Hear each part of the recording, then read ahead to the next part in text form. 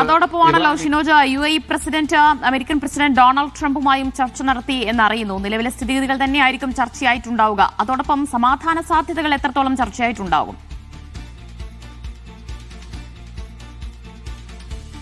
ട്രംപും UAE president Sheikh Mohammed bin Zayed Al നഹ്യാനും തമ്മിൽ നടത്തിയ ചർച്ചയിൽ മേഖലയിൽ ഇറാൻ നടത്തുന്ന കടന്നുകയറ്റമാണ് വിഷയമായത് എന്നാണ് പുറത്തുവരുന്ന റിപ്പോർട്ടുകൾ.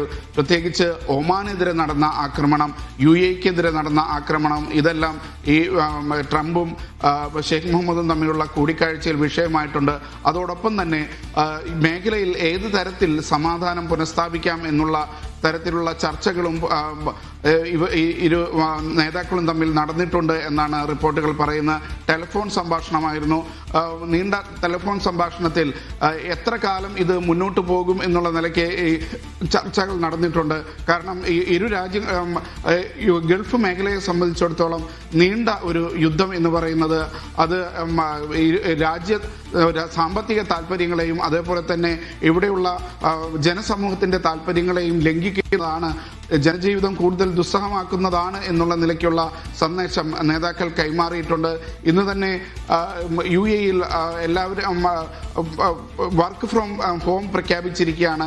ആളുകൾ പുറത്തിറങ്ങേണ്ടതില്ല എന്നുള്ള നിലയ്ക്ക് നാളെയും ഒക്കെ വീട്ടിലിരുന്ന് ജോലി ചെയ്യാനാണ് സ്വകാര്യ മേഖലയിലെ ജീവനക്കാർക്കൊക്കെ നിർദ്ദേശം നൽകിയിട്ടുള്ളത്.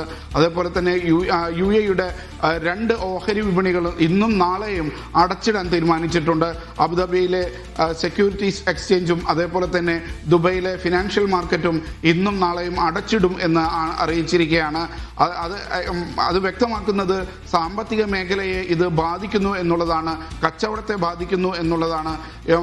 നേരത്തെ റിപ്പോർട്ടുകൾ പറയുന്ന പ്രകാരം എണ്ണവില വളരെയധികം കുതിച്ചുയരുന്ന ഒരു സാഹചര്യമുണ്ട്.